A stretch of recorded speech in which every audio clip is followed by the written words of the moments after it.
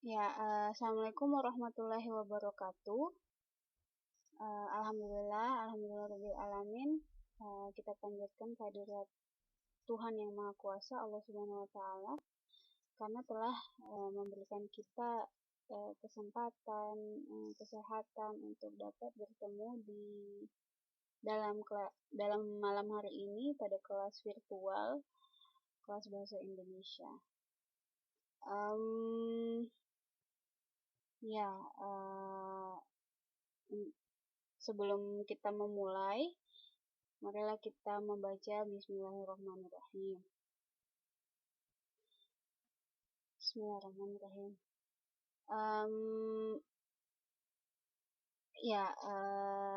Alhamdulillah udah ada 6 orang. Kita mulai saja. Pekan lalu kita sudah dibuka dengan perkenalan dan ditutup dengan pembacaan puisi ya. Kalau tidak salah Mbak Maya ya waktu itu yang membacakan. Nah,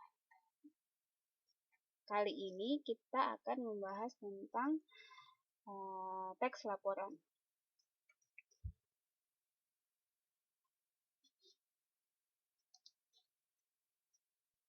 Nah, seperti yang kita bisa lihat pada modul masing-masing ya. Kalau misalnya belum mengunduh modulnya, boleh diunduh, dibuka saja di grupnya. Kemudian cari files. Nah, di situ bisa unduh atau download modul bahasa Indonesia.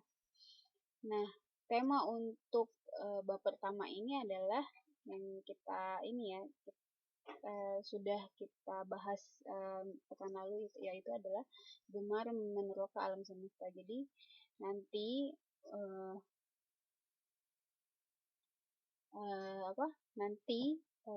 contoh-contohnya itu tidak jauh, contoh dari teksnya pun nanti tidak jauh-jauh dari tema tentang alam.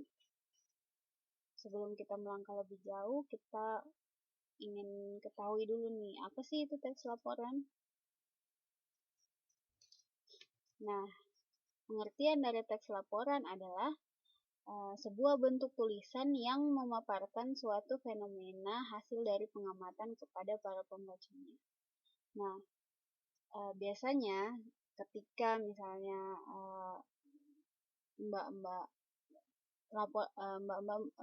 mengunjungi suatu tempat gitu, entah itu ke kebun binatang. Nah, melihat sekitar, mengamati apa yang ada di kebun binatang tersebut, kejadian-kejadian apa saja yang terjadi, makhluk apa, binatang-binatang apa saja yang ada di dalam kebun binatang itu, lalu dituangkan ke dalam tulisan, maka proses tersebut sudah termasuk dalam pembuatan teks laporan. Apa tujuan dari pembuatan teks laporan? Jadi untuk menginformasikan atau melaporkan kepada si pembaca mengenai apa-apa yang terjadi dalam proses pengamatan si penulis gitu. Kita lihat struktur teks laporan tersebut ya. Nah, ini kelebihan R ini, saya salah ketik.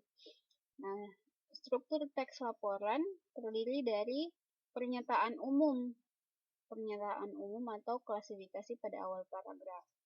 Nah, ketika kita menulis teks tersebut, diawali dengan kalimat umum atau paragraf umum yang menjelaskan tentang fenomena yang akan kita laporkan, seperti itu. Kemudian untuk paragraf selanjutnya,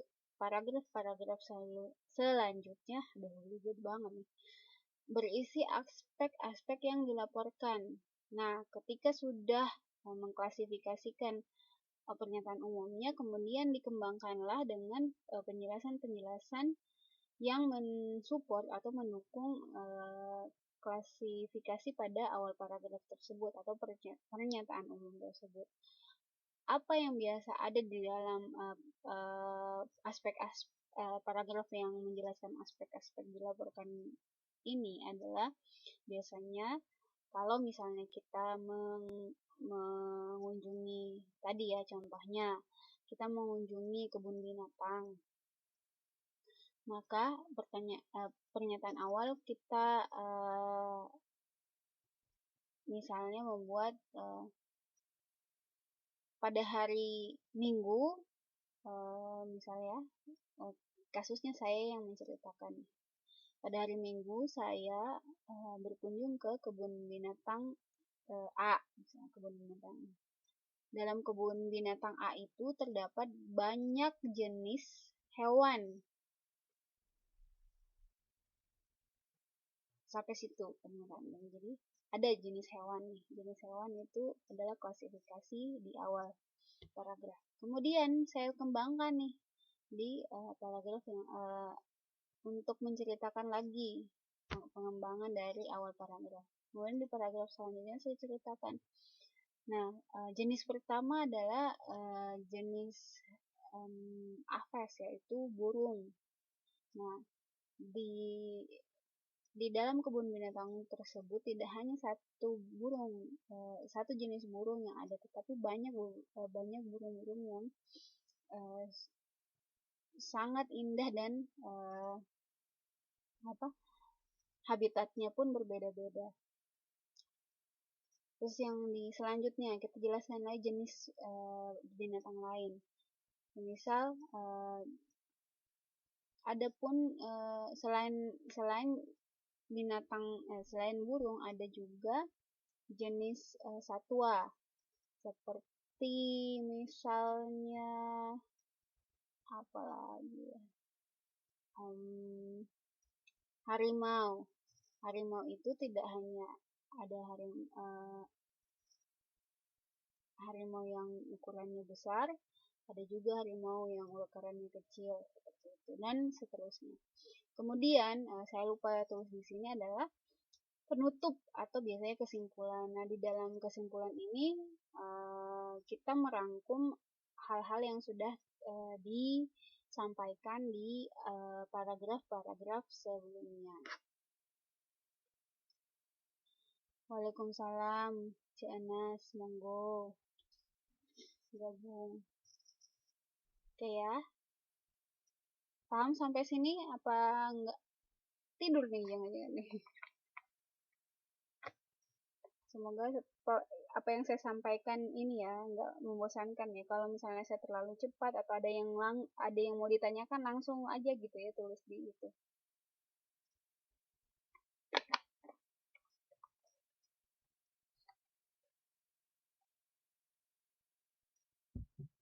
Belum paham. Oke, letak tidak pahamnya bisa diulang. Oke. Kita ulang dari definisi dulu deh. Sebenarnya dari definisi kita bisa, oh gitu. Sekarang gimana? Halo? Halo? Jelas suara saya?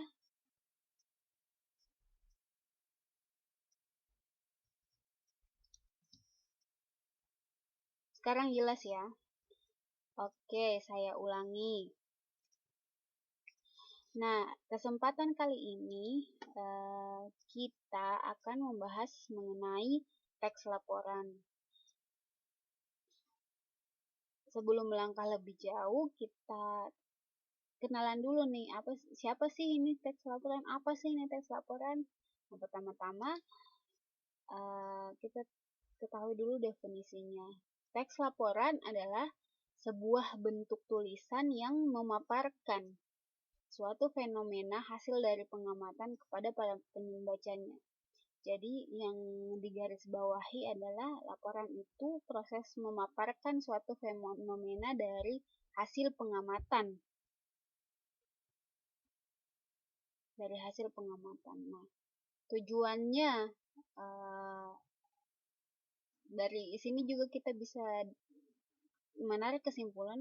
Jadi dalam teks laporan ini tujuan penulisnya untuk memberikan informasi dari hasil pengamatan yang dilakukan oleh si penulis tersebut, penulis teks laporan ini gitu ya. Kemudian kita masuk ke struktur teks laporan. Dalam struktur teks laporan, maaf di sini ada typo. Dalam struktur teks laporan ada step-stepnya gitu ya. Nah, di awal paragraf itu ada pernyataan umum atau klasifikasi. Biasanya di dalam di awal paragraf ini si pembuat teks laporan tersebut menjelaskan apa sih yang ingin dia tuliskan, yang ingin dia sampaikan ke pembacanya melalui teks yang si penulis buat.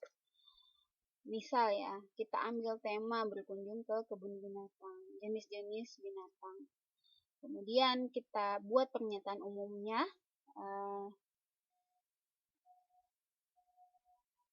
Di dalam kebun binatang banyak terdapat satwa-satwa, banyak terdapat satwa-satwa yang langka. Jenis-jenisnya pun sangat beragam. Kemudian gitu ya pernyataan awalnya ya, masih bersifat umum gitu. Yang kedua dari struktur teks laporan adalah paragraf yang berisi aspek-aspek yang dilaporkan. Maksudnya di sini adalah ketika kita sudah menjelaskan atau menuliskan pernyataan umumnya, maka paragraf selanjutnya menjelaskan mengenai apa sih jenis-jenis yang berbeda di kebun binatang itu, apa yang perlu si penulis sampaikan, jenis-jenisnya apa saja. Si penulis menuliskan, jenis-jenisnya pertama kelompok kelompok Aves. Aves itu kata lain dari burung ya, burung. Terdapat banyak jenis-jenis burung seperti misalnya burung merpati, burung kasuari, dan sebagainya. Kemudian lagi dia menceritakan aspek yang kedua, misal dia menceritakan di sana pun terdapat harimau dari berbagai daerah mungkin. Ada yang dari harimau Sumatera, ada dari harimau Afrika dan segala macam. Kemudian dia ingin di aspek yang ketiga dijelaskan mengenai apa ya kira-kira biasanya di kebun binatang, misalnya mungkin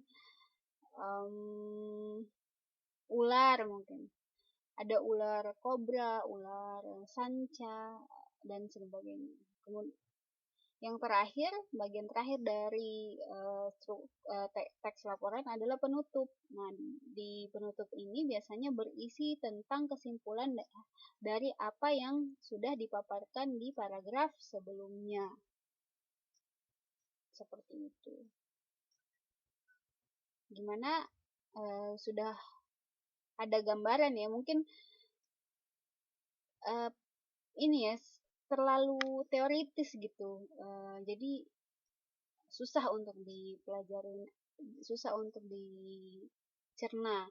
Nanti kita coba membedah teks, contoh teks, kemudian kita bisa melihat letak-letak perbedaannya gitu. Oh, ini ternyata pernyataan umum. Oh, ini adalah aspek-aspek atau klasifikasi yang dilaporkan.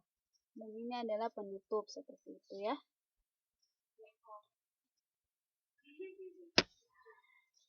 Kemudian ini ciri-ciri dari teks laporan. Ciri yang pertama adalah laporan yang ditulis bersifat fakta. Jadi Nah, ketika kita melakukan pengamatan, apa yang kita tuliskan adalah hal yang benar-benar terjadi pada saat itu gitu ya, fakta gitu. Terus yang kedua bersifat objektif. Maksudnya di sini adalah tidak ada pandangan atau sudut pandang yang penulis masukkan gitu. Pendapat dari pendapat berbanding dari penulis penulis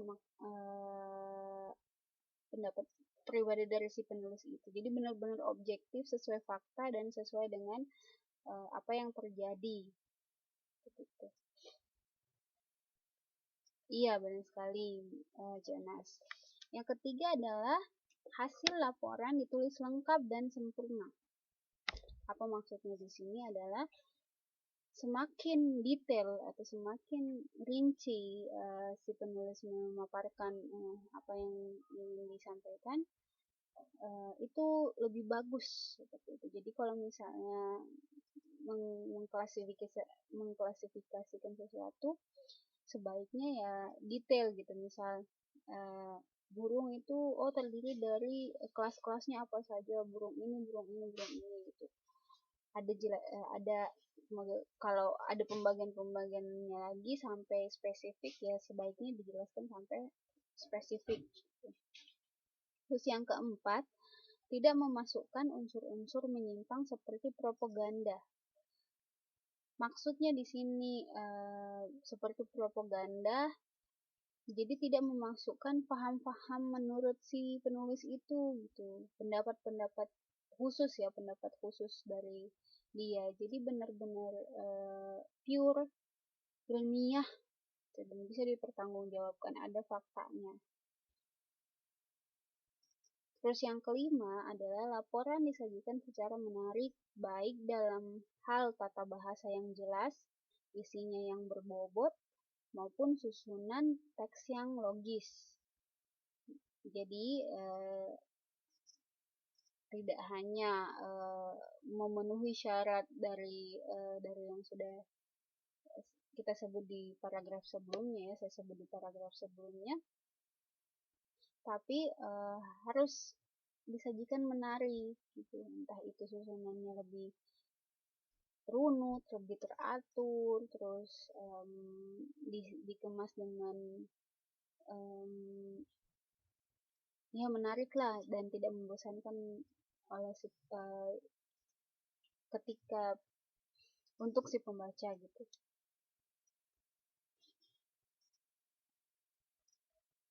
Kemudian langkah-langkah membuat teks laporan. Nah, pertama-tama buat judul teks laporan berdasarkan objek yang sedang diamati. Pertama ya judul ya, judul. Kemudian membuat kerangka karangan. Nah, ketika sudah memutuskan judul, buatlah kerangka karangan. Kerangkanya ya kayak ide-ide pokok. Dimulai dari ide-ide pokok setiap paragraf yang ingin Mbak tulis, atau misalnya saya mau menceritakan tentang jenis-jenis hewan. Jenis-jenis hewan itu adalah berarti jenis-jenis hewan itu pernyataan awalnya gitu. Terus kemudian dikembangkan, pertama jenis yang pertama saya mau menjelaskan jenis invertebrata. Terus yang kedua saya jelaskan jenis vertebrata. Terus yang ketiga selanjutnya seperti itu gitu.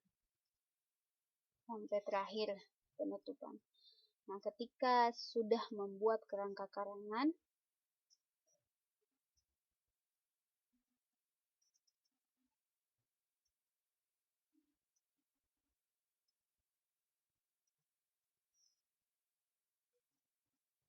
oke, Mbak, pertama saya jawab dari Mbak Wina dulu ya. Susunan kata logis maksudnya apa, Bu? Nah, susunan kata maksudnya mana ya tadi ini? Di paragraf sebelumnya.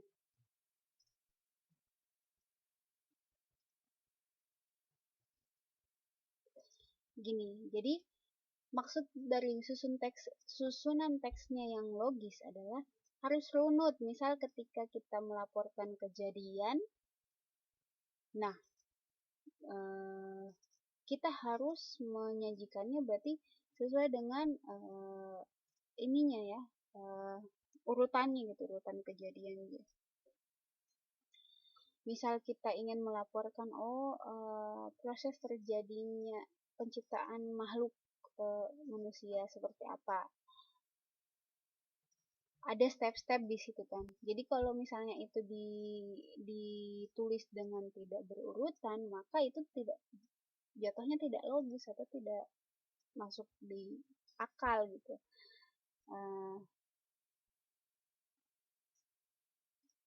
Halo, gimana Mbak Wina?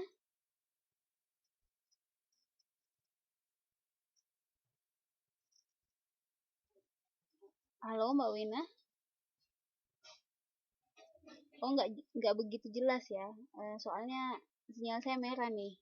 Misalnya di kaca, di kaca, di layar lah, ya sinyal saya merah, jadi mungkin putus-putus gitu. Maaf ya.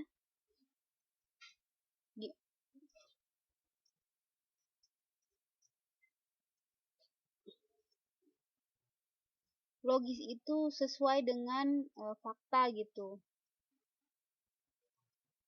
Nyata, benar. Sesuai dengan fakta. Jadi, kalau misalnya kita menuliskan suatu paragraf juga terlalu banyak karangan, terlalu banyak imajinasi yang kita gunakan sehingga jatuhnya tidak logis atau tidak sesuai dengan ilmiah atau fakta, maka itu susunan teksnya juga nggak bisa dianggap logis seperti itu. Gitu ya Mbak Wina? Clear atau masih mau ada yang ditanyakan? Oke. Selanjutnya tadi siapa ya tadi mau ditanya?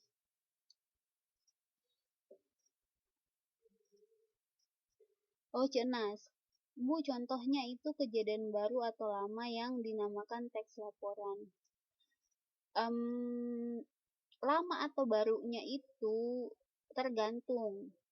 Sebenarnya teks laporan apa yang tadi ya dari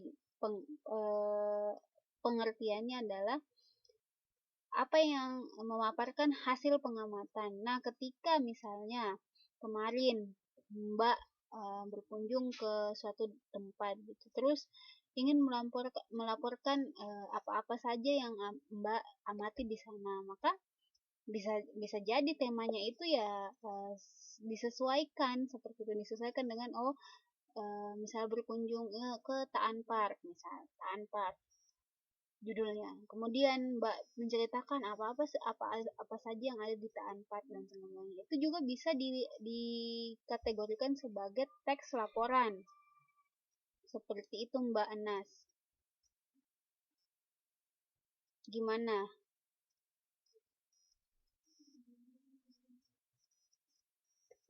Gimana Cak Anas?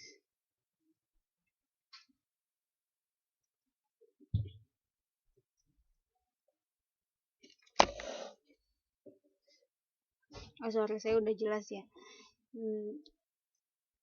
Gimana Cak Anas? Iya, benar. Hasil penelitian atau pengamatan.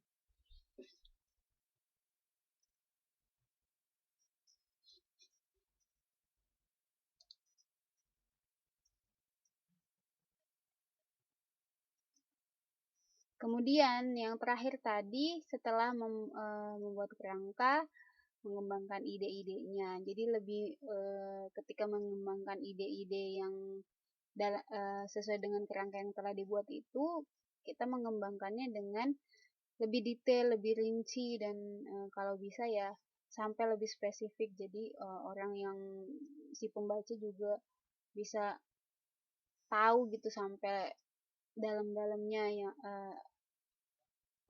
dalam-dalamnya gitu ya, lebih lengkap lah seperti itu. Nah, terakhir membuat kesimpulannya. Biasalah ya, setiap kita membuat karangan pun entah entah itu dia teks laporan atau apapun gitu ya. Kesimpulan pasti itu dibutuhkan selalu untuk mengakhiri, istilahnya penutup dari tulisan kita. Oke, nah ini salah satu dari kita coba menelaah nih, salah satu contoh tulisan teks laporan. Jadi sebelum kita melangkah lebih jauh, jangan pikir yang berat-berat ya. Oh, teks laporan ini saya harus bikin teks laporan untuk ini, bla bla bla segala macam. Jangan ya, tapi kita di sini mempelajari jenis-jenis teks ini sebenarnya untuk menambah referensi sebenarnya, misalnya mbak-mbak suatu saat ini jadi penulis atau segala macam gitu kan. Nah, itu mungkin gaya penulisan bisa membantu Mbak dalam menceritakan atau membuat karangan tulisan ke depannya gitu. Nah, kebetulan kali ini kita membahasnya ya teks laporan itu ya.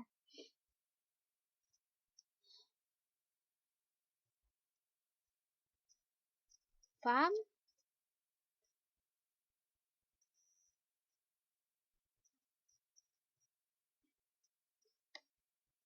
Sampai sini ada pertanyaan atau kita lanjut ya?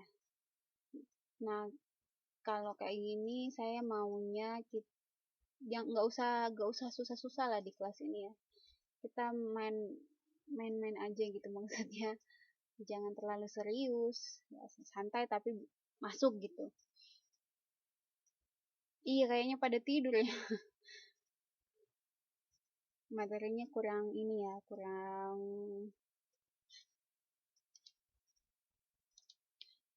kurang menarik gitu, nggak apa-apa lah. Oke, siapa yang mau membaca nih? Masih kuat melek, Bu. Alhamdulillah kalau masih kuat melek. Yang melek berarti Mbak Maya doang nih sama Mbak Wina dan Ceenas. Yang lain?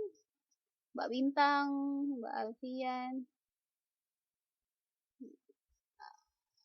Oh iya, Mbak Mia sambil kayak gitu ya. Kalau misalnya saya ngejelasinnya nggak jelas, ngejelasinnya kurang gitu, kurang bisa dipahami atau terlalu cepat, langsung aja gitu tulis, saya nggak ngerti di bagian ini, saya nggak ngerti di bagian ini. Wah, Mbak Alfian mantap nih ditemani kopi. Oke ya.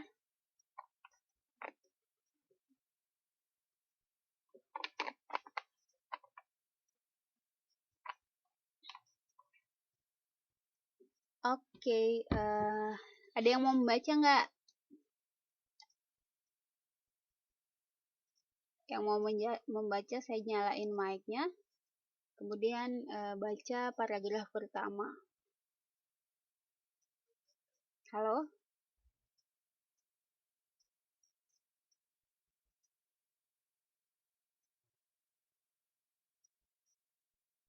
Oke, alhamdulillah. Alhamdulillah ya masih bisa join gitu walaupun sambil kerja. Keren lah. Iya, baca satu-satu. Yang mau ya. Di sini kayaknya yang aktif mikrofonnya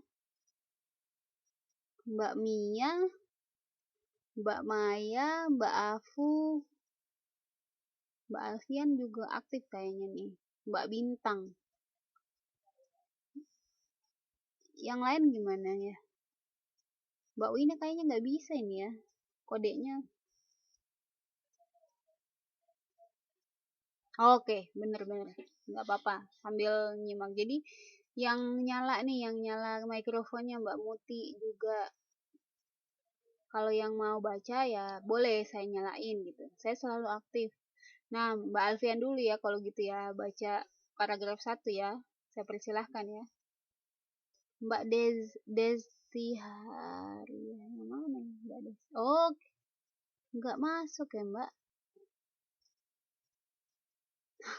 Minum cincin aja biar suaranya merdu. Oke, kita persilahkan ke Mbak Alfian dulu ya, baca nomor 1 ya. Mbak Bintang masuk, masuk, masuk. Nanti Mbak Bintang giliran abis Mbak Alfian, oke? Pertama kita Mbak Alfian dulu. Semoga jaringan saya mendukung ya, soalnya merah. Oh, merdu banget suaranya. Halo, malam, malam. Monggo Mbak, paragraf pertama dibaca. Kelihatan nggak dari layar? Ini nih saja, saya gedein. Paragraf 1 aja. Hmm.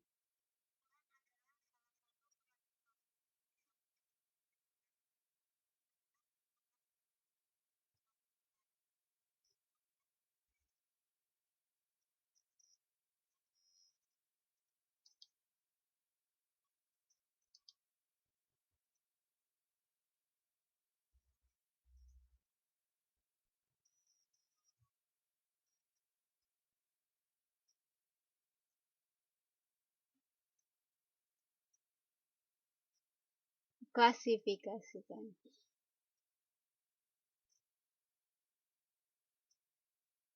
Oke, makasih Mbak Alfian. Jawabannya medok-ndok. Keren, keren. Mbak Alfian suaranya ini ya, eh, lantang gitu ya, habis minum kopi kayaknya. Oke, sebelum kita bahas yang misalnya mempersilahkan yang lainnya membaca, kita bahas dulu ya yang apa yang sudah dibaca Mbak Alfian ya tadi, Mbak Alfian. Jenis-jenis tumbuhan. Nah, ketika kita lihat dan kita bandingkan dengan teori yang sudah kita pelajari tadi ini ya, langkah-langkahnya membuat teks laporan. Membuat judulnya ya, judul teks laporan. Udah ada nih. Oh, judulnya tentang jenis-jenis tumbuhan. Jadi, ketika kita membaca judulnya,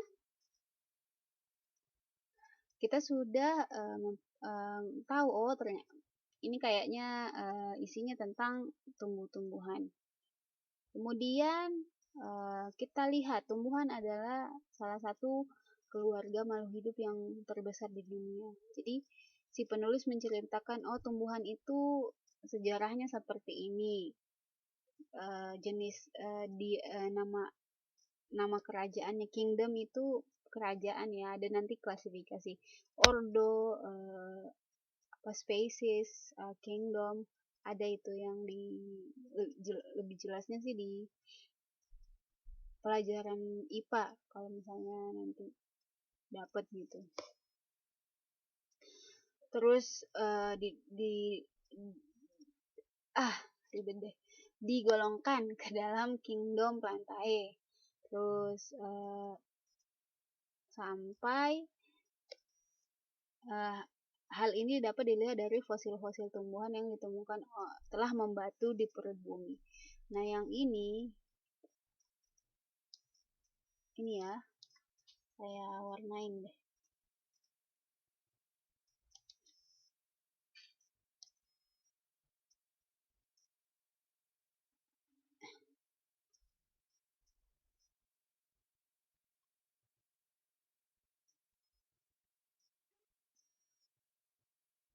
Maaf, nggak rata.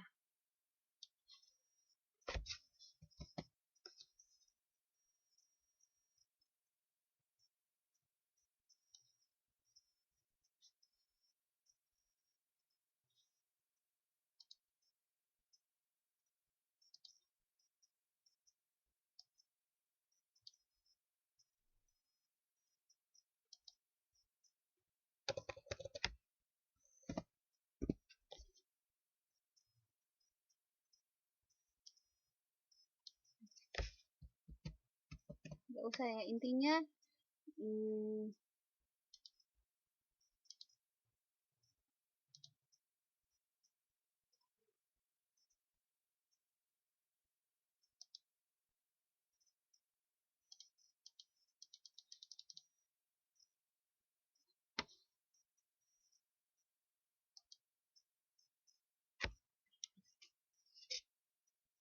oke, jadi intinya sampai perut bumi. Nah, ini si penulis mencoba menjelaskan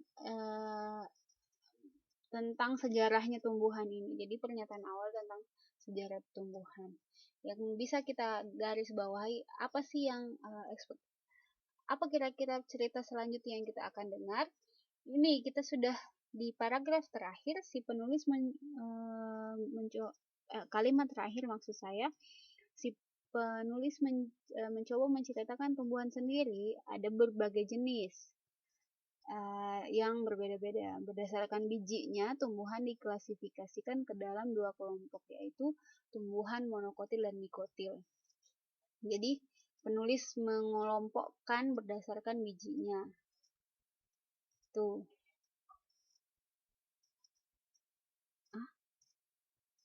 Berbiji dan tidak, iya benar Mbak Bintang.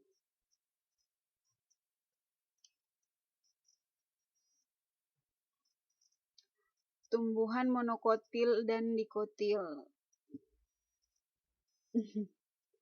IPA biologi ya Bu ya. Oke ya. Jadi yang akan kita ketahui di dalam teks ini adalah apa itu tumbuhan monokotil dan apa itu tumbuhan dikotil. Selanjutnya saya coba Mbak Bintang mungkin ya, Mbak Bintang baca paragraf kedua ya.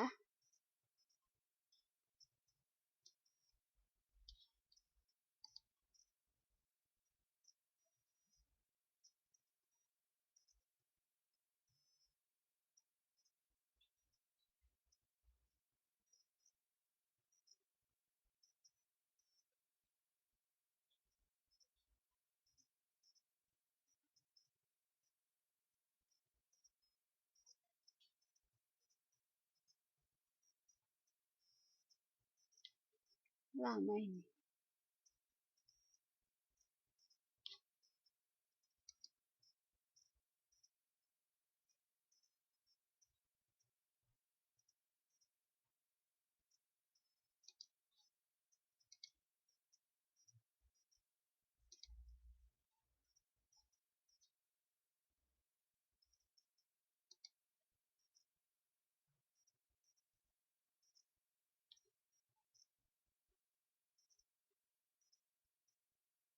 Mungkin jaringan saya nggak support ini. Halo Mbak Bintang, nggak bisa ya?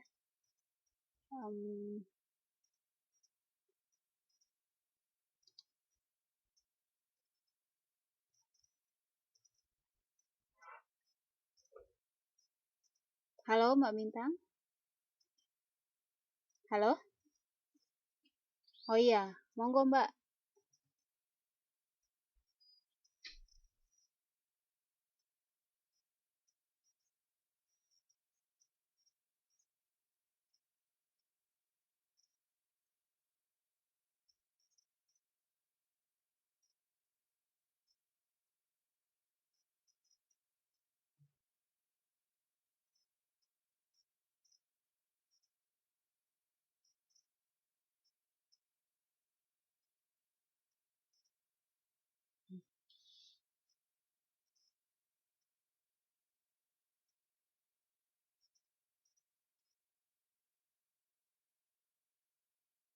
Oke, makasih Mbak Bintang. Wah, pada suaranya pada lantang-lantang semua, enak nih. Jadi biar nggak ngantuk gitu ya. Mbak ini Jo kata Mbak siapa tadi, Mbak Muti ya, Mbak Mia. Oke, di paragraf selanjutnya adalah apa tadi aspek yang di ini kan, mengembangkan ide-ide yang ada di dalam kerangka karangan yaitu aspek yang ingin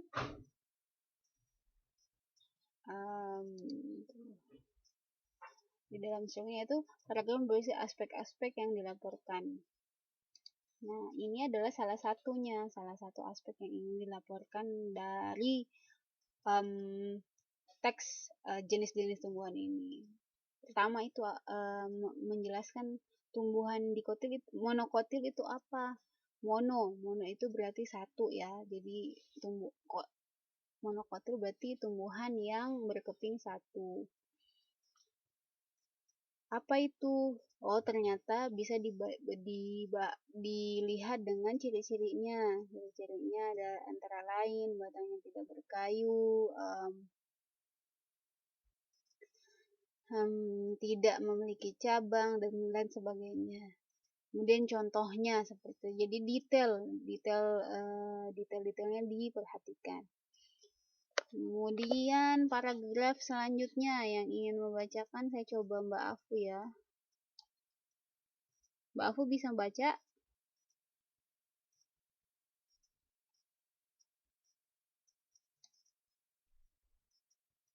Kali aja kerja atau gimana nggak bisa baca. Gimana Mbak Afu? Oke, saya nyalain ya mikrofonnya.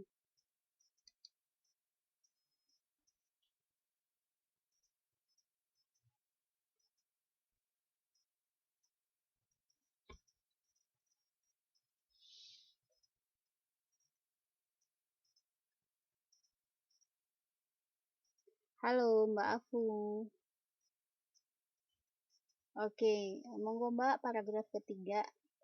Ya, jelas banget.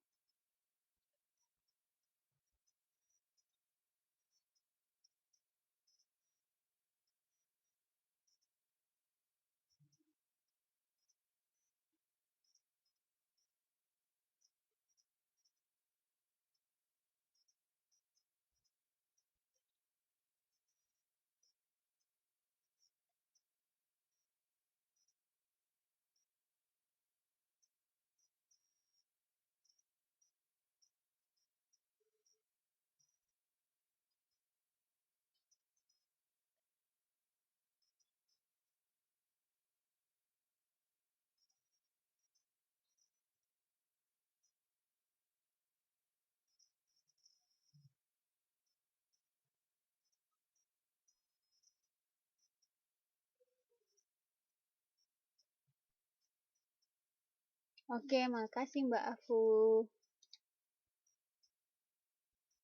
Ya, tadi sama ya polanya, hampir sama, yaitu menjelaskan tentang tumbuhan dikotil, kemudian ciri-cirinya seperti apa dan contohnya gitu ya. Terakhir, siapa yang mau baca nih? Mbak Maya lagi berarti. Oke, Mbak Maya.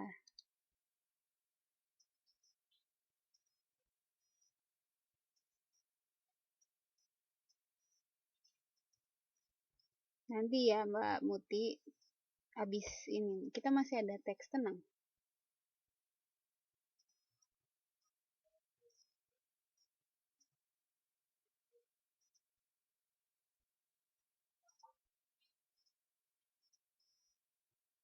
Mbak Muti sama Cik Enas nanti bagiannya di teks selanjutnya. Halo Mbak Maya. Ya, monggo Mbak, paragraf terakhir.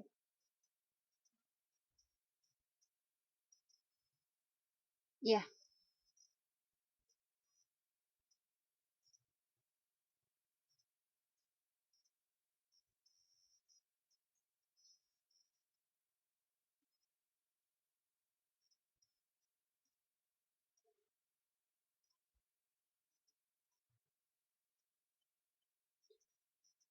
Oh,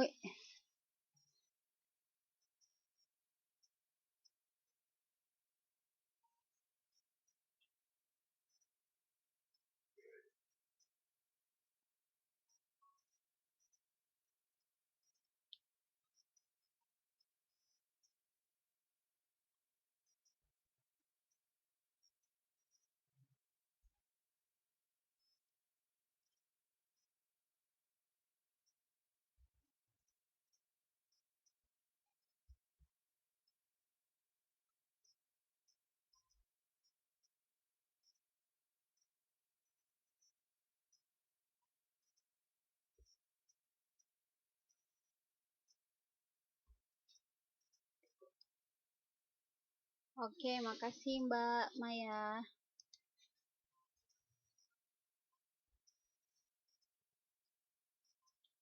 Nah, tadi ya udah dijelaskan. Jadi kalau ini khas Sunda. Jadi nggak medok ya gitu ya Mbak ya. Oke, nah yang tadi itu kita dari teks ini kan kita lihat ya, dia si penulis mau menceritakan jenis-jenis tumbuhan berdasarkan bijinya. Nah, paragraf pengembangannya itu menjelaskan apa itu monokotil, ciri-cirinya dan contoh. Sama, dikotil apa, ciri-ciri dan contoh. Kemudian ditutup dengan kalimat yang bersifat umum, tapi tidak seumum yang di atas ya, yang tadi tumbuhan adalah salah satu keluarga makhluk hidup dan enggak ya gitu. Jadi dia lebih spesifik ke apa saja yang diceritakan di pengembangan paragrafnya. Terus ditutup dengan kalimat demikianlah jenis-jenis tumbuhan yang dikelompokkan berdasarkan bijinya. Tuh, langsung gitu berdasarkan bijinya. Tumbuhan ini diklasifikasikan menjadi monokotil dan dikotil yang memiliki ciri khusus masing-masing. Tuh ya. Dari sini udah bisa paham nggak step-stepnya? Udah kelihatan nih apa tadi yang saya jelaskan itu udah kelihatan. Oh, ini nih paragraf pertama nih udah penjelasan apa yang ingin diceritakan. Kemudian paragraf selanjutnya itu pengembangan atau inti dari apa yang ingin diceritakan. Kemudian ditutup dengan kesimpulan sifat umum tapi menyimpulkan apa yang ingin diceritakan seperti itu ya. Oke, kita lanjut ke textbook. Nah, di textbook juga sebenarnya ada jenis ini ya, teksnya, ada teks sebenarnya.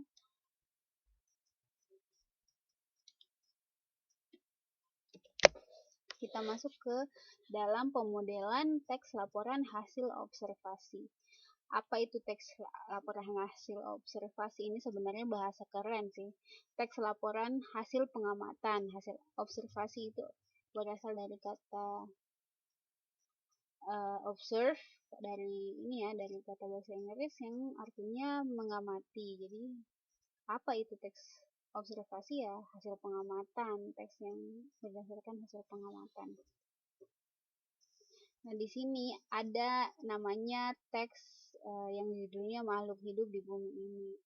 Sebelum kita melangkah lebih jauh, ini nih ada step-stepnya nih. Coba kita amati ya gitu. Pertanyaan pertama, amatilah benda-benda yang ada di sekitar kalian, baik benda hidup maupun benda mati. Apakah benda hidup dan benda mati saling bergantung? Kira-kira saling bergantung nggak benda hidup sama benda mati?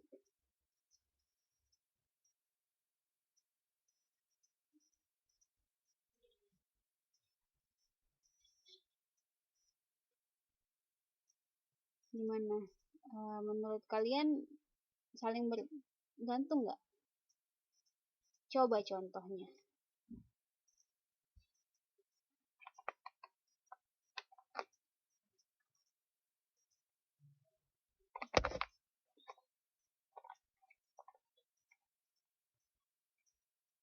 Kira-kira kalau misalnya dia bergantung, coba kasih saya contohnya. Dia bergantung dalam hal apa gitu?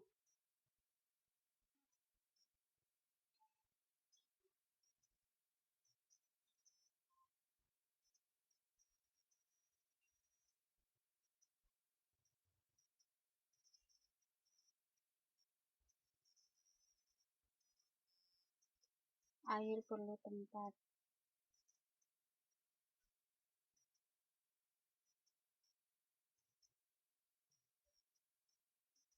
Yang lain, ikan membutuhkan air. Mbak aku memiliki pendapat pendapat berbeda. Bisa jelaskan kenapa dia tidak bergantung? Yang memilih bergantung, Bu, kenapa dia bergantung? Terus yang memilih memilih itu tidak bergantung sama sekali, sendiri-sendiri, benda mati ya benda mati, benda hidup ya benda hidup. Coba misalnya berikan saya contoh gitu, penjelasan mengenai pendapat kalian.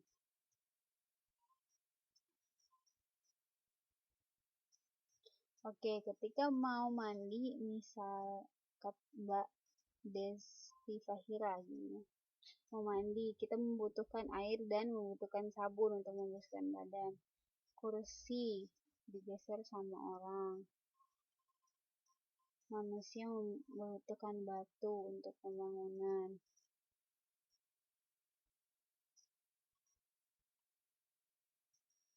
Ada yang lain? Masih mengetik nih semua nih. Tunggu.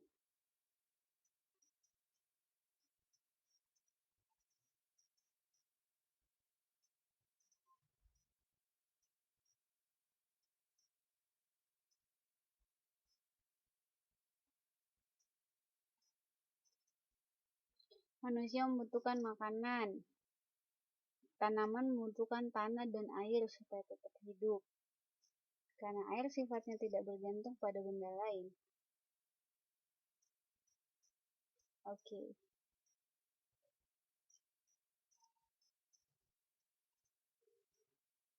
Nah, kalau saya lihat dari penjelasan Mbak-mbak ya, seperti sudah benar berarti, udah bisa menjelaskan sebenarnya kan hubungannya itu dari sudut pandangnya masing-masing ya, berarti sesuai dengan sudut pandangnya masing-masing. Hampir semua menganggapnya itu sangat bergantung. Misal manusia membutuhkan air, berarti dari situ manusia membutuhkan air. Apa itu namanya tadi apa pembangunan membutuhkan, ya nggak apa-apa Mbak Mbak Alfian, monggo. Kita tadi ngebahas apakah benda hidup dan benda mati saling bergantung. Berilah penjelasan secara singkat gitu. Air membutuhkan tempat, terus kemudian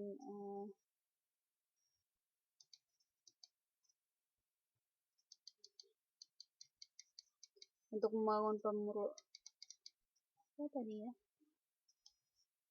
bikin rumah, kalau butuh pasir, butuh semen, butuh air gitu.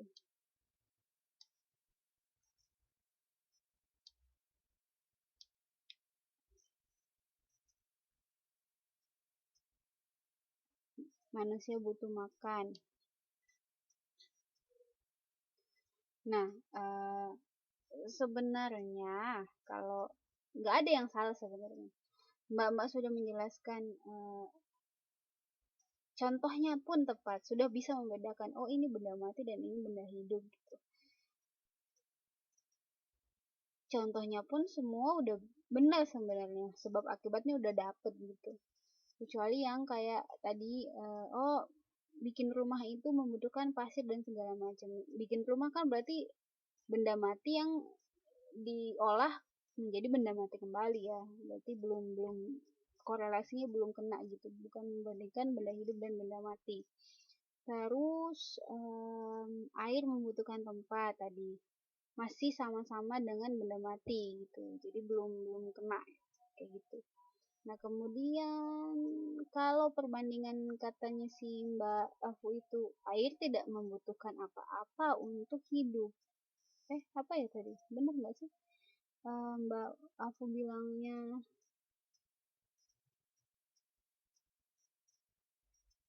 karena air sifatnya tidak bergantung pada benda lain. Misalnya mengalir begitu aja ya, walaupun nggak ada campur tangan manusia, tetap aja air mah air wujudnya gitu ya. Bisa bener juga sih analoginya Mbak Afu tadi gitu. Jadi nggak ada yang sama, nggak ada yang salah ya. gitu. Ayam membutuhkan makanan misal jagung dan beras. Oke. Nah, kenapa saya sebenarnya menanyakan ini? Kita di sini tuh untuk mengembangkan atau mengajak mbak-mbak sekalian berpikir, oh coba deh membandingkan benda mati dan benda hidup. Kemudian buat korelasinya atau hubungannya. Kemudian muncullah dengan penjelasan-penjelasannya Mbak tadi gitu. Klop semua, alhamdulillah gitu. Walaupun ada beberapa yang masih analoginya yang agak kurang tepat gitu ya. Berarti di sini tujuannya ya, oh mbak-mbak sekalian atau teman-teman sekalian itu sudah mengetahui yang mana benda mati dan yang mana benda hidup gitu, karena bisa memberikan contoh seperti itu tadi ya. Manusia butuh uang, benar. Karena di sini pertanyaan yang kedua adalah cobalah membuat pengelompokan benda-benda itu dan diskusikan dasar pengelompokan yang kalian gunakan.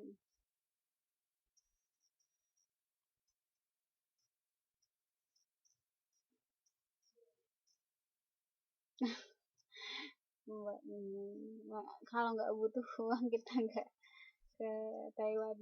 Iya benar, benar sekali. Jadi udah pinter ya berarti membandingkan yang mana benda mati dan mana yang benda hidup gitu ya. Berarti pertanyaan nomor 2 sudah terjawab. Kalau mengelompokkan benda-benda itu dan didiskusikan dasar pengelompokan yang kalian gunakan. Tadi manusia butuh makan, ayam butuh makan seperti jagung dan segala macam. Udah lebih spesifik lagi tuh. Ayam ya, ayam berarti jenis binatang. Binatang itu benda hidup juga. Terus manusia butuh makan, manusia ya benda hidup juga. Contoh misalnya pohon mangga tidak akan tumbuh kalau tidak diberi air, misal nggak diairi, nggak dipupuki dan segala macam. Berarti udah ada korelasi ya, benda hidupnya tumbuhan, tumbuhannya lebih spesifik lagi mangga, dan kemudian benda matinya ya pupuk dan air gitu. Iya, dapat nilai 1 juta Mbak, lebih besar dari itu. Kemudian nomor 3 nih, carilah kata-kata yang maknanya sama dengan kata mengelompokkan. Apa kira-kira persamaan kata atau sinonim dari kata mengelompokkan?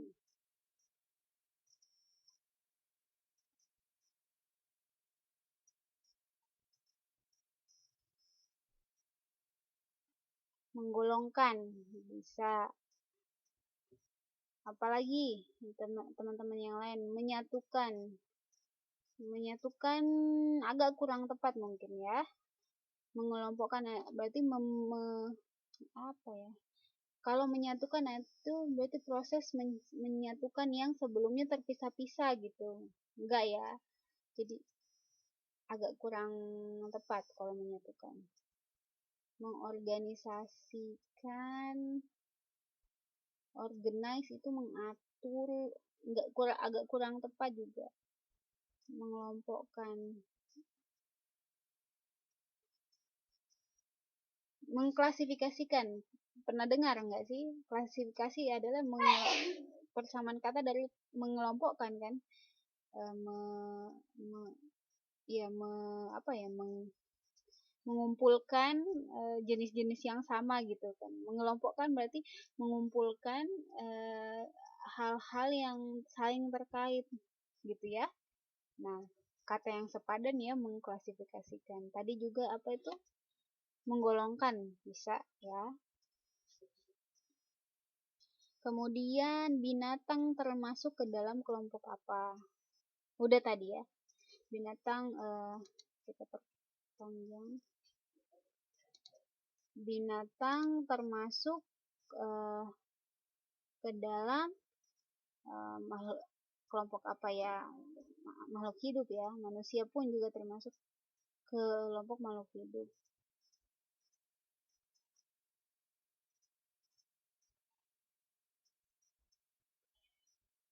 Nah, di sini ada ini nih ungkapan nih. ada anggapan bahwa manusia adalah binatang yang dapat berpikir. Apa yang dimaksud dari ungkapan tersebut? Kira-kira apa yang dimaksud dengan ungkapan itu?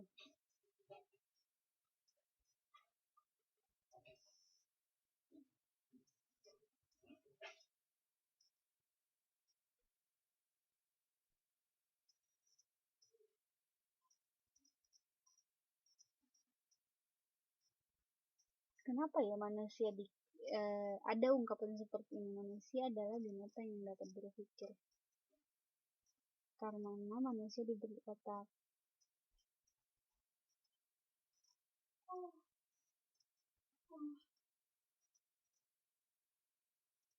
Ya, yang lain. Manusia makhluk yang sempurna.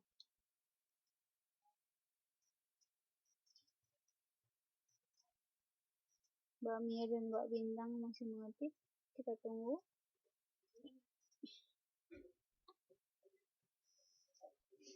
Karena manusia memiliki akal dan pikiran. Karena punya akal dan pikiran. Karena ada akhlak, sopan santun yang bisa memiliki. Mbak Arini, mungkin manusia dulunya binatang ya, Bu? Bu, hewan juga punya akal. Enggak, punya akal pikiran atau yang sempurna.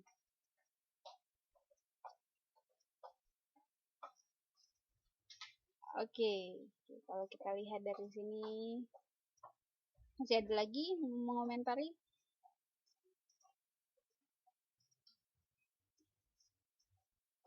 Nah ya, nah benar sekali apa yang kalian manusia adalah makhluk paling sempurna.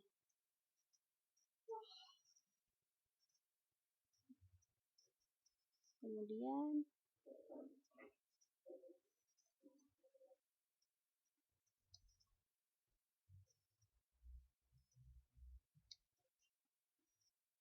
tanpa berpikir kita nggak tahu mau ngapain, Bu. Oke ya, jadi gini, apa yang Mbak sudah paparkan tadi ya benar sekali ya. Kalau kita lihat benda hidup itu apa saja sih? Manusia, hewan, dan tumbuhan.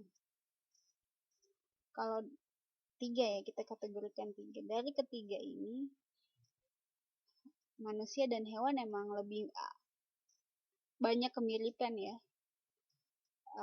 Bergerak lah, berkembang biak lah, dan apa ya, anggota-anggota tubuhnya hampir sama gitu, punya hidung, punya tangan, punya kaki gitu ya. Walaupun beda ininya, beda bentukannya seperti itu. Nah, hampir sama gitu ininya, bisa melahirkan dan bisa berkembang biak dan segala macam gitu. Kenapa dibilang manusia adalah binatang yang dapat berpikir? Karena mungkin ya anggapan itu tadi ya, pertama manusia dan binatang itu ininya ciri fisiknya hampir sama, anggota tubuhnya hampir sama, memiliki hidung, tangan, kaki gitu ya, hampir sama lah. Tapi apa yang membedakan adalah manusia itu memiliki akal pikiran, sedangkan hewan mah pakai insting doang, insting dan hawa nafsu.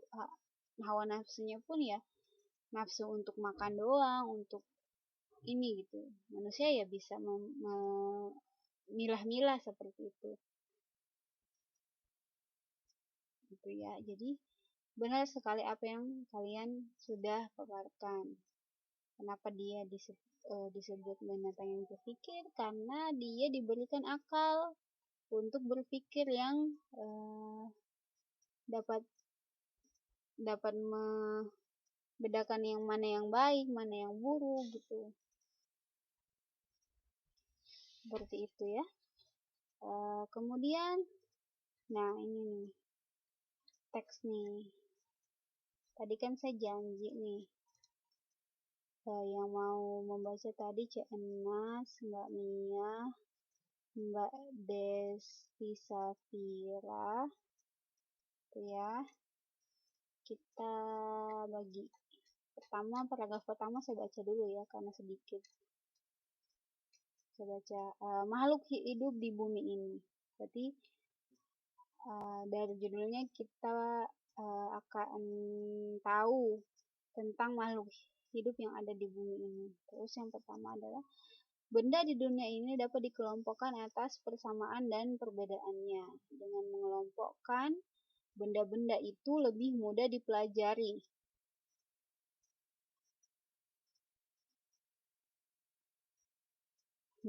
CNS. Kenapa Bu? Terkadang ada manusia yang bertingkah seperti hewan.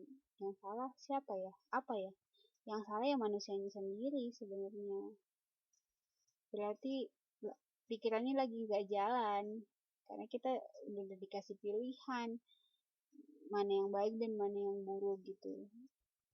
Balik lagi ke pribadinya masing-masing ya. Kalau misalnya dia masih salah, masih mau melakukan apa yang tidak benar gitu ya, itu bisa dianggap perumpamannya tidak bukan adalah binatang seperti itu. Otaknya udah rusak alias error, ya benar ya. Oke, paragraf 2 monggo dibaca Mbak Mia tadi ya. Saya nyalain ya mic-nya ya.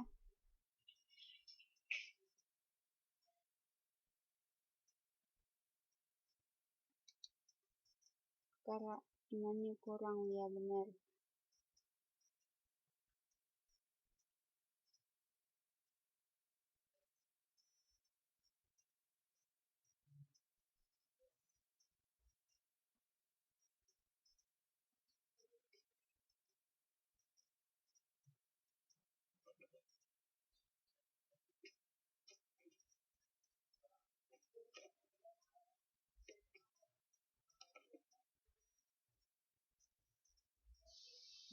Semoga bisa nyambung nih ke Mbak Mia nih. Bu, kelihatan yang cuman separuh. Maksudnya gimana ya?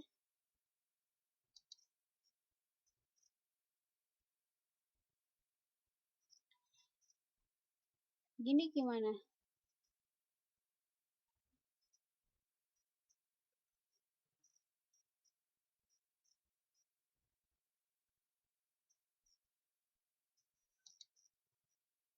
Ini udah jelas nggak, teman-teman?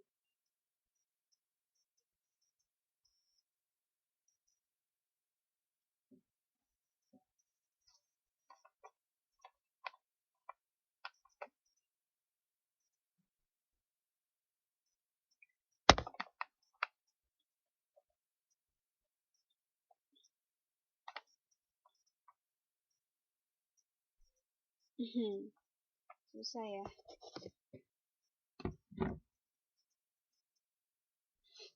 Susah ya gak nyambung ke Mbak Mia ya.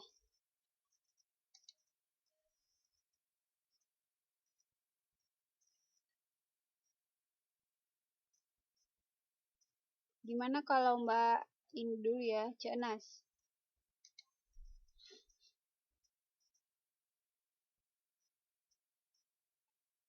Halo Cik Nas. Halo, ini monggo Mbak, paragraf kedua dibaca. Bisa nggak lihat dari layarnya? Jelas. Oke, paragraf 2 ya. Semua benda ya.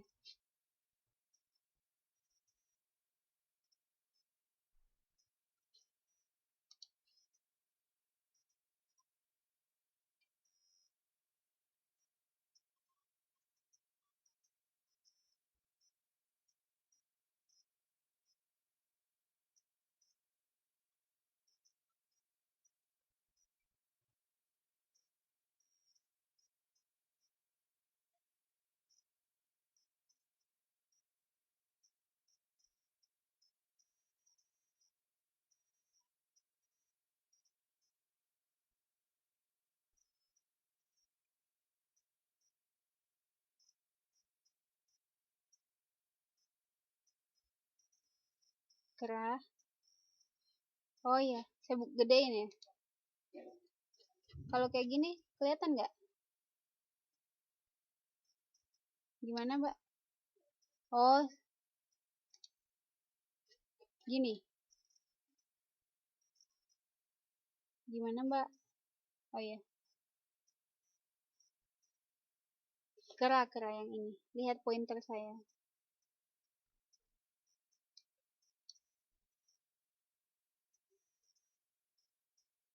Iya, kerah tumbuh-tumbuhan.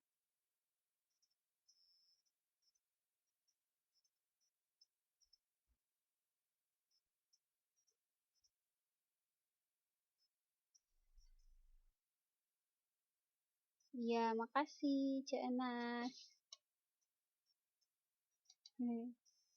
Bukan Jawa katanya, nggak Medo. Iya, Sunda mbak, tetanggaan sama Jawa.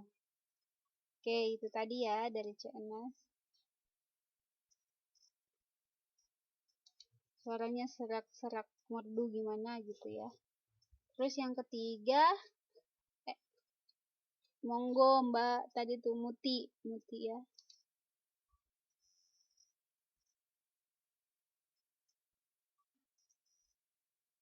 Halo mbak, monggo baca nomor 3. Halo mbak, ya monggo baca nomor 3. Dengar, monggo dibaca nomor 3. Ada, jelas banget mbak.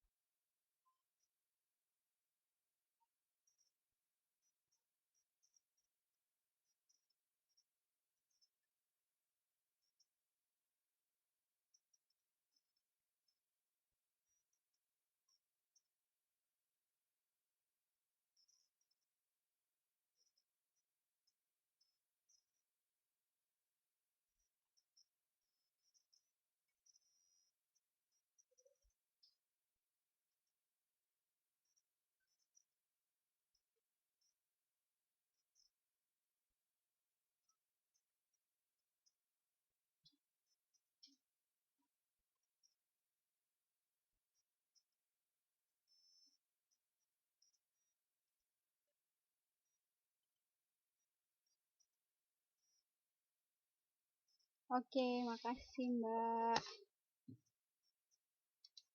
Kemudian mbak, tadi Desti Safira ya. Monggo dibaca yang wait. Halo, wait. Mana tadi? Yang keempat. Iya.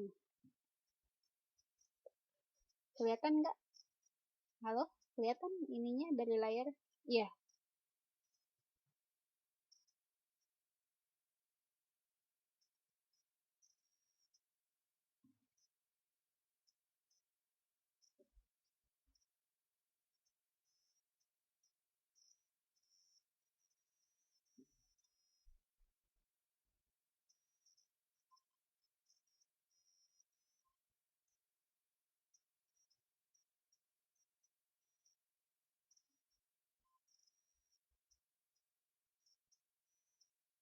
Oke, makasih Mbak Desti Safira. Oh iya, yang nggak kebagian nih Mbak siapa ya tadi? Mbak Mia. Mbak Mia tadi saya coba, cuman susah itunya menyambungnya. Terus kemudian Mbak siapa? Mbak Ari, mic-nya nggak ini kayaknya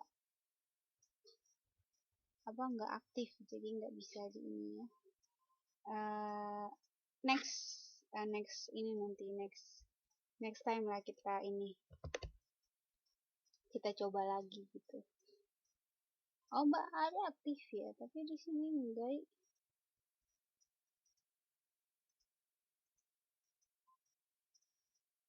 Oke nanti ya, karena ininya udah habis, apa bacaannya. Dan nextnya kalau ketika ada bacaan yang baru nanti kita tenang bakalan kebagian semua. Nah, dari bacaan ini kita bisa lihat ya, makhluk hidup itu ternyata banyak jenis-jenisnya. Jadi si penulis ingin menjelaskan makhluk hidup itu dikelompokkan menjadi ada perbedaan dan ada perbedaannya. Pengelompokannya seperti berikut. Yang kedua itu paragraf kedua. Pertama dia menjelaskan benda hidup dan mati. Apa itu benda hidup dan apa itu benda mati. Kemudian di yang ketiga dia menjelaskan jenis-jenis benda hidup itu apa. Ternyata ada binatang dan tumbuhan. Nah, ternyata dikelompokkan lagi nih, kelompokkan tumbuhan apa ciri-ciri tumbuhan dan ciri-ciri hewan gitu. Kemudian selanjutnya binatang terbagi lagi nih, terbagi menjadi ada golongan sendiri, ada vertebrata dan invertebrata. Vertebrata itu bertulang belakang, jadi in berarti tidak, vertebrata bertulang belakang, dan invertebrata berarti tidak bertulang belakang. Kemudian dijelaskanlah contoh-contohnya sendiri.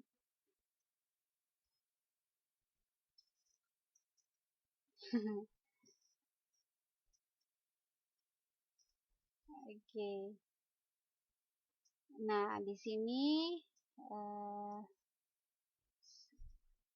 setelah itu kita coba membedah struktur teks laporan. Ketika sudah membaca, kita lihat nih golongan-golongannya apa aja nih, apa maksudnya, diklasifikasikannya seperti apa dan segala macam. Iya ya, pelajaran biologi ya. Nah, enaknya belajar bahasa Indonesia sebenarnya itu. Jadi teorinya bahasa Indonesia, tapi ketika prakteknya karena banyak artikel-artikel yang diambil dari beberapa sumber, ya pengetahuannya kita bertambah lagi, tidak hanya bahasa Indonesia aja gitu. Di sini di bacaan kita bisa tahu, oh biologi, ada pengetahuan tentang biologi, ada pengetahuan tentang makhluk hidup dan segala macam ya. Apa intinya? Ya, kita harus memang banyak membaca dan untuk sebagai pengetahuan umum, jadi menambah pengetahuan umum kita gitu ya. Saya sebenarnya mau membahas lebih jauh, tapi karena ini ya, waktunya udah mepet, tinggal 1 menit lagi, udah nggak bisa dijelasin secara detail. Nanti insya Allah kita lanjutkan pekan depan gitu ya. Udah pada tahu nggak kalau misalnya saya ngebagiin link di grup, berarti itu rekaman ini kita ya, pembelajaran kita. Jadi mbak-mbak misalnya ada yang kurang dipahami atau kelewatan apa segala macam, bisa memutar rekaman video YouTube-nya ya, ambil di situ itunya. Oke. Terima kasih ya pada semangat pada malam hari ini. Mohon maaf bila ada kekurangan. Saya menjelaskannya kurang jelas atau segala macam gitu ya, maafin. Kekurangan ya dari saya pribadi. Saya tutup kelasnya dengan ucapan, sama-sama mengucapkan alhamdulillahirobbilalamin. Selamat beristirahat. Wassalamualaikum warahmatullahi wabarakatuh.